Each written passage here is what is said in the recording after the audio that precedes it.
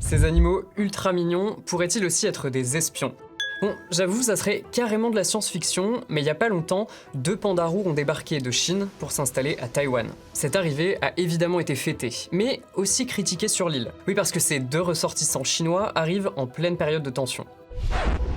D'ailleurs, c'est aussi au moment où l'armée taïwanaise fait ses traditionnels exercices militaires, en prévention d'une éventuelle invasion par la Chine. Ok, mais revenons à nos animaux mignons. Les pandas roux sont-ils des armes secrètes de la diplomatie chinoise? Moi c'est Romain, et dans ce format, pourquoi on se pose pas mal de questions que vous vous posez peut-être aussi ou pas. En tout cas, le but c'est de donner du contexte. Aujourd'hui, les pandas roux. Leur petit nom, Tian Tian et Lele. Ils viennent du zoo de Shanghai, en Chine. Ils ont été transférés dans celui de Taipei, sur l'île de Taïwan, qui, en échange, prévoit d'envoyer 2 singes. En fait, c'est un partenariat entre les 2 villes. Et il y a quelques jours, ces 2 pandas roux ont été présentés au public. J'ai emmené ma petite fille ici spécialement pour les voir. J'avais déjà vu des pandas dans le sud de la Chine. Ils sont vraiment trop mignons. Officiellement, ces échanges de pandas roux entre zoos visent à préserver l'espèce. Ici, Tian Tian, la femelle, a 2 ans, Lele, le mâle, 3 ans. Ils sont en bonne santé et l'objectif c'est qu'ils se reproduisent. En fait, on estime aujourd'hui qu'il n'y aurait plus qu'entre 2500 et 10 000 pandas roux à l'état sauvage dans le monde. Ils vivent dans 7 régions, le long de l'Himalaya. L'espèce est sur la liste rouge de l'Union internationale pour la conservation de la nature. Traduction, les pandas roux sont en danger, menacés d'extinction. Cet enjeu environnemental, il est aussi mis en avant dans le cadre de cet échange entre Shanghai et Taipei. Ça constitue un résultat concret des échanges menés dans le cadre de notre partenariat. Mais c'est aussi notre responsabilité commune en matière de préservation des animaux menacés, de développement durable et de la biodiversité. Ça, c'est la version officielle. Maintenant, cet échange n'est pas non plus sans arrière-pensée. Ok, quel est le contexte ? Déjà, faut poser les bases. La Chine considère Taïwan comme une province qui fait partie de son territoire, qu'elle ambitionne de réunifier par la force, s'il le faut. Dans le même temps, Taïwan fonctionne comme un État indépendant, tout en évitant de déclarer officiellement son indépendance et une guerre avec la Chine.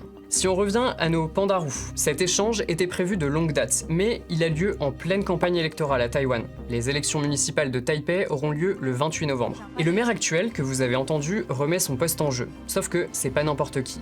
Chiang Wan-han est membre du Kuomintang. C'est un parti favorable à plus d'échanges économiques avec la Chine et contre l'indépendance unilatérale de Taïwan. Bref, c'est un candidat apprécié par Pékin.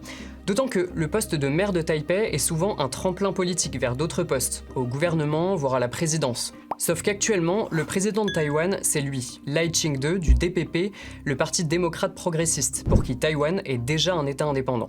Bref, il est assez hostile à la Chine. Cet échange d'animaux a donc lieu sur fond de campagne électorale et de tensions politiques. En fait, grâce à ces pandas roux, la Chine s'offre un moyen de redorer son image à Taïwan. La Chine continue d'accorder une grande importance à l'influence sur l'opinion publique à Taïwan, en recourant à ce que l'on appelle parfois des tactiques de zone grise. Elle tente de convaincre Taïwan de la rejoindre avec différentes méthodes. D'une part, des moyens très amicaux comme l'envoi de quelques pandas. D'autre part, des actions plus hostiles, allant de pressions plus ou moins indirectes à des cyberattaques, des campagnes de désinformation, voire des exercices militaires, des blocus, etc. Cette stratégie d'influence, grâce à des animaux mignons, ça ne concerne pas que Taïwan. Ici, on a parlé de pandas roux, mais Pékin se sert traditionnellement des pandas géants, noirs et blancs. La Chine les utilise comme instrument de soft power dans le monde entier. Ça a même un nom, la diplomatie du panda. De quoi parle-t-on exactement ? Eh bien, pour savoir si la Chine apprécie un pays, il suffit de compter le nombre de pandas prêtés par Pékin. L'Allemagne en a 2, qui ont fait des bébés, et elle pourrait en recevoir 2 autres l'an prochain. La France, elle, a dû rendre son couple pour des raisons médicales, mais leurs bébés restent aux eaux de Beauval, et Pékin a promis d'en envoyer 2 autres en 2027. Au total, plus d'une quinzaine d'États auraient reçu ces animaux cadeaux. Ou plutôt, ces locations longue durée. Car depuis les années 80, la Chine ne donne plus, elle loue. Les zoos doivent payer jusqu'à 1 million d'euros par an et par panda. C'est un business, mais aussi un outil de soft power. La Chine utilise son animal emblème pour renforcer ses liens diplomatiques et se faire entendre sur la scène internationale. Et les liens peuvent aussi se défaire. Depuis février, le Japon n'a plus aucun panda. Les 2 derniers ont été restitués, leur prêt n'a pas été reconduit. En cause, les tensions diplomatiques entre les 2 pays, après la menace de Sanae Takaichi, la première ministre japonaise, d'intervenir en cas d'attaque chinoise contre Taïwan. Bref, vous avez vu, au-delà d'être mignons, les pandas roux et surtout les pandas sont aussi des espèces avec une sacrée portée diplomatique. La Chine les utilise comme des sortes d'ambassadeurs.